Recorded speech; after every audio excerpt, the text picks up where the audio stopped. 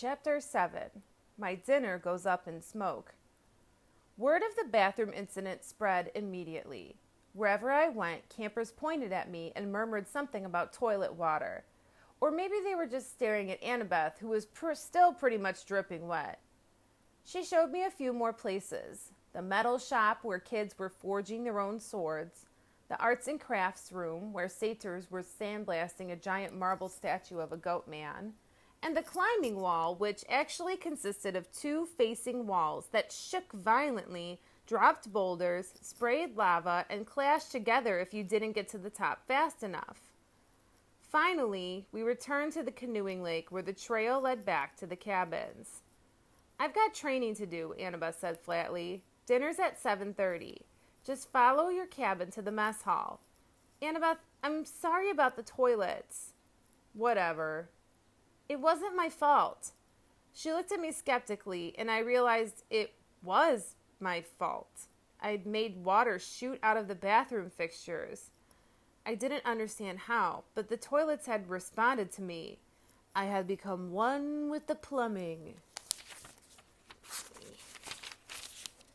"You need to talk to the Oracle," Annabeth said. "Who?" "Not who, what. The Oracle. I'll ask Chiron." I stared into the lake, wishing somebody would give me a straight answer for once. I wasn't expecting anybody to be looking back at me from the bottom, so my heart skipped a beat when I noticed two teenage girls sitting cross-legged at the base of the pier about 20 feet below. They wore blue jeans and shimmering green t-shirts, and their brown hair floated loose around their shoulders as minnows darted in and out. They smiled and waved as if I were a long-lost friend. I didn't know what else to do. I waved back. "Ugh, don't encourage them," Annabeth warned. "Naiads are terrible flirts." "Naiads," I repeated, feeling completely overwhelmed. "That's it. I want to go home now." Annabeth frowned. "Don't you get it, Percy? You are home. This is the only safe place on earth for kids like us." "You mean mentally disturbed kids?" "I mean not human. Not totally human anyway. Half human." "Half human and half what?" "I think you know." I didn't want to admit it, but I was afraid I did. I felt a tingling in my limbs, a sensation I sometimes felt when my mom talked about my dad. "God," I said. "Half God." Annabeth nodded. "Your father isn't dead, Percy. He's one of the Olympians." "That's crazy." "Is it? What's the most common thing gods did in the old stories? They ran around falling in love with humans and having kids with them. Do you think they've changed their habits in the last few millennia?" "But those are just..." I almost said myths again, and then I remembered Chiron's warning that in 2,000 years I might be considered a myth. "But if all the kids here are half gods..." "Demigods," Annabeth said. "That's the official term, or half-bloods." "Then who is your dad?" Her hands tightened around the pier railing. I got the feeling I had just trespassed on a sensitive subject. "My dad is a professor at West Point," she said. "I haven't seen him since I was very small. He teaches American history." "He's human?" "What? You assume it has to be a male god who finds a human female attractive? How sexist is that?" "Who's your mom, then?" "Cabin 6. "Meaning..." Annabeth straightened. "Athena, goddess of wisdom and battle." Okay, I thought. Why not?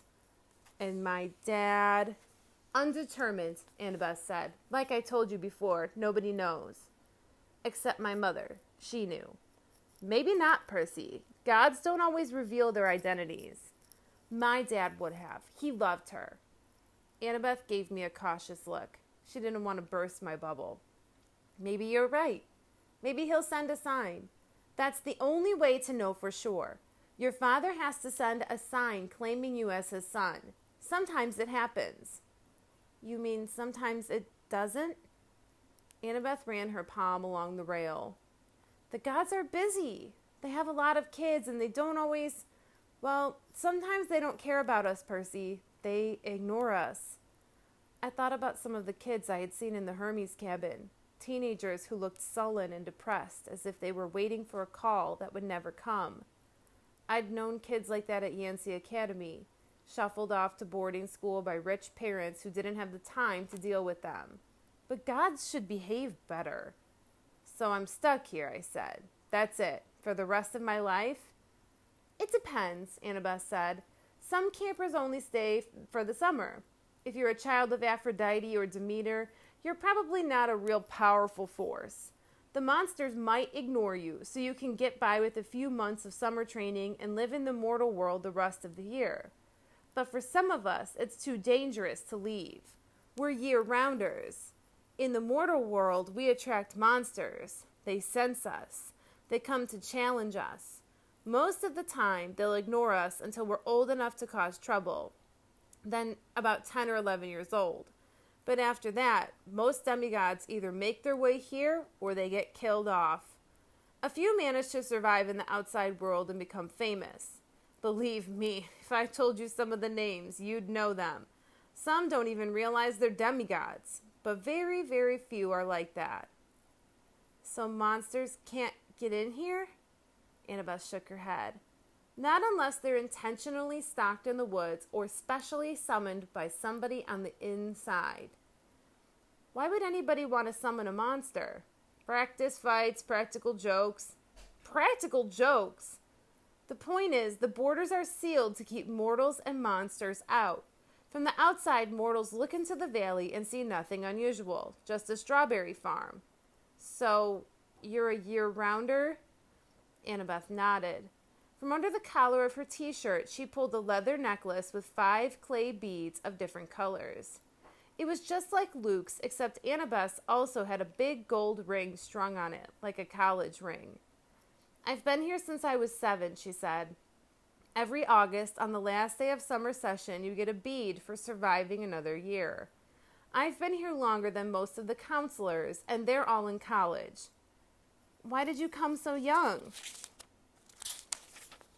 She twisted the ring on her necklace. None of your business. Oh, I stood there for a minute in uncomfortable silence. So I could just walk out of here right now if I wanted to? It would be suicide, but you could, with Mr. D's or Chiron's permission. But they wouldn't give permission until the end of summer session unless you were granted a quest. But it hardly ever happens. The last time, her voice trailed off. I could tell from her tone that the last time hadn't gone well.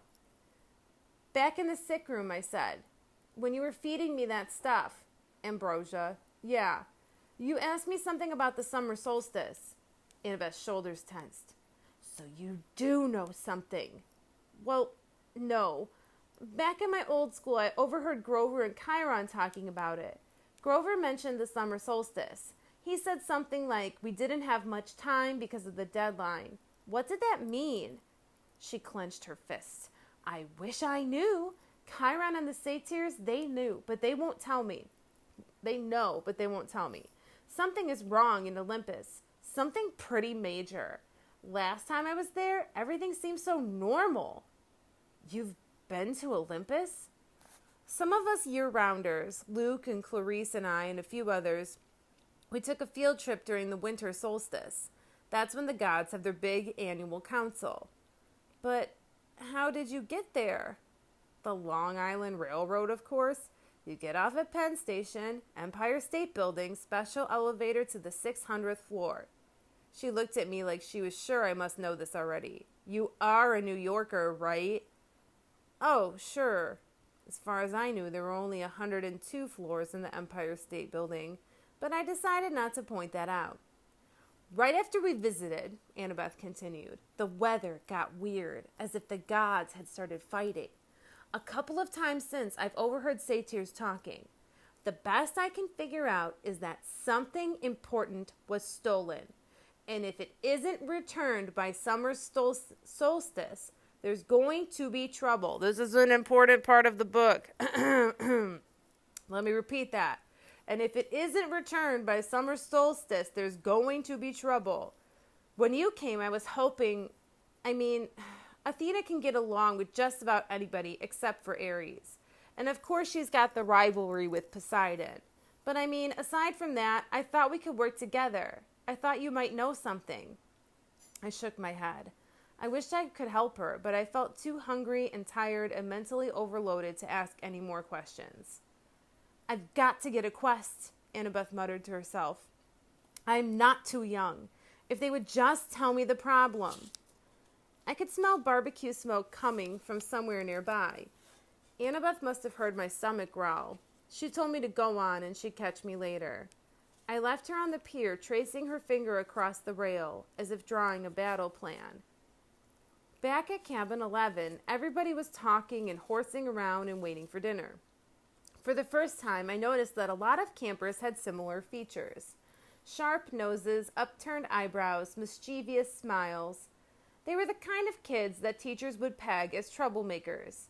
Thankfully, nobody paid much attention to me as I walked over to my spot on the floor and plopped down with my minotaur horn. The counselor, Luke, came over. He had the Hermes family resemblance, too. It was marred by that scar on his right cheek, but his smile was intact. I found you a sleeping bag, he said. And here, I stole you some toiletries from the camp store. I couldn't tell if he was kidding about the stealing part. I said, thanks. No prob. Luke sat next to me, pushing his back against the wall. Tough first day? I don't belong here, I said. I don't even believe in gods. Yeah, he said. That's how we all started. Once you start believing in them, it doesn't get any easier. The bitterness in his voice surprised me because Luke seemed like a pretty easygoing guy. He looked like he could handle just about anything. So your dad is Hermes, I asked. He pulled a switchblade out of his back pocket, and for a second, I thought he was going to gut me, but he just scraped the mud off the sole of his sandal. Yeah, Hermes. The wing-footed messenger guy? That's him. Messengers, medicine, travelers, merchants, thieves. Anybody who uses the roads. That's why you're here. Enjoying Cabin 11's hospitality. Hermes isn't picky about who he sponsors. I figured Luke didn't mean to call me a nobody. He just had a lot on his mind. You ever meet your dad, I asked. Once. I waited, thinking that if he wanted to tell me, he'd tell me. Apparently he didn't. I wondered if the story had anything to do with how he got his scar. Luke looked up and managed a smile. Don't worry about it, Percy. The campers here, they're mostly good people. After all, we're extended family, right? We take care of each other. He seemed to understand how lost I felt, and I was grateful for that, because an older guy like him, even if he was a counselor, should have steered clear of an uncool middle schooler like me. But Luke had welcomed me into the cabin. He had even stolen me some toiletries, which was the nicest thing anybody had done for me all day. I decided to ask him my last big question, the one that had been bothering me all afternoon. Clarice from Aries was joking about me being big 3 material. Then Annabeth twice. She said I might be the one. She said I should talk to the Oracle. What was all that about? Luke folded his knife. Ugh, I hate prophecies. What do you mean? His face twitched around the scar. Let's just say I messed things up for everybody else. The last 2 years, ever since my trip to the Garden of the Hesperides went sour, Chiron hasn't allowed any more quests. Annabeth's been dying to get out into the world. She pestered Chiron so much he finally told her he already knew her fate. He'd had a prophecy from the Oracle. He wouldn't tell her the whole thing, but he said Annabeth wasn't destined to go on a quest yet. She had to wait until somebody special came to the camp. Somebody special? Don't worry about it, kid, Luke said. Annabeth wants to think every new camper who comes through here is the omen she's been waiting for. Now come on, it's dinner time. The moment he said it, a horn blew in the distance. Somehow, I knew it was a conch shell, even though I had never heard one before. Luke yelled, 11! Fall in! The whole cabin, about 20 of us, filed into the commons yard. We lined up in order of seniority, so of course I was dead last. Campers came from the other cabins too, except for the 3 empty cabins at the end and cabin 8, which had looked normal in the daytime, but was now starting to glow silver as the sun went down. We marched up the hill to the mess hall pavilion. Satyrs joined us from the meadow. Naiads emerged from the canoeing lake. A few other girls came out of the woods, and when I say out of the woods, I mean straight out of the woods. I saw one girl about 9 or 10 years old melt from the side of a maple tree and come skipping up the hill. In all, there were maybe 100 campers, a few dozen satyrs, and a dozen assorted wood nymphs and naiads. Again, those are like fairy people. Wood nymphs are fairies of the forest. Naiads are fairies of the water. At the pavilion, torches blazed around the marble columns. A central fire burned in a bronze brazier the size of a bathtub. Each cabin had its own table covered in white cloth trimmed in purple. 4 of the tables were empty, but cabin 11's was way overcrowded. I had to squeeze onto the edge of a bench with half my butt hanging off. I saw Grover sitting at table 12 with Mr. D, a few satyrs, and a couple of plump, blonde boys who looked just like Mr. D. Chiron stood to one side, the picnic table being way too small for a centaur. Annabeth sat at table 6 with a bunch of serious-looking athletic kids, all with her gray eyes and honey blonde hair. Clarice sat behind me at Aries' table. She had apparently gotten over being hosed down because she was laughing and belching right alongside her friends. Finally, Chiron pounded his hoof against the marble floor of the pavilion, and everybody fell silent. He raised a glass. "To the gods!" Everybody else raised their glasses. "To the gods!" Wood nymphs came forward with platters of food. Grapes, apples, strawberries, cheese, fresh bread, and yes, barbecue. My glass was empty, but Luke said, "Speak to it, whatever you want, non-alcoholic, of course." I said, "Cherry Coke," and the glass filled with sparkling caramel liquid. Then I had an idea. Blue cherry Coke. The soda turned a violent shade of cobalt. I took a cautious sip. Perfect. I drank a toast to my mother. She's not gone, I told myself. Not permanently, anyway. She's in the underworld, and if that's a real place, then someday... "Here you go, Percy," Luke said, handing me a platter of smoked brisket. I loaded my plate and was about to take a big bite when I noticed everybody getting up, carrying their plates toward the fire in the center of the pavilion. I wondered if they were going for dessert or something. "Come on," Luke told me. As I got closer, I saw that everyone was taking a portion of their meal and dropping it into the fire. The ripest strawberry, the juiciest slice of beef, the warmest, most buttery roll. Luke murmured in my ear, "Burnt offerings for the gods. They like the smell." "You're kidding." His look warned me not to take this lightly, but I couldn't help wondering why an immortal, all-powerful being would like the smell of burning food. Luke approached the fire, bowed his head, and tossed in a cluster of fat red grapes. "Hermes." I was next. I wished I knew what God's name to say. Finally, I made a silent plea. "Whoever you are, tell me, please." I scraped a big slice of brisket into the flames. When I caught a whiff of the smoke, I didn't gag. It smelled nothing like burning food. It smelled of hot chocolate and fresh-baked brownies, hamburgers on the grill and wildflowers, and 100 other good things that shouldn't have gone well together, but did. I could almost believe the gods could live off that smoke.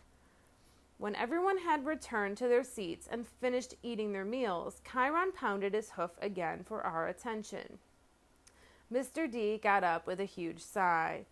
"Yes, I suppose I better say hello to you brats. Well, hello. Our activities director Chiron says the next capture the flag is Friday. Cabin 5 presently holds the laurels." A bunch of ugly cheering rose from the Aries table. "Personally," Mr. D continued, "I couldn't care less. Well, congratulations. Also, I should tell you that we have a new camper today. Peter Johnson. Chiron murmured something. Percy Jackson, Mr. D corrected. That's right. Hurrah, and all that. Now run along to your silly campfire. Go on. Everybody cheered.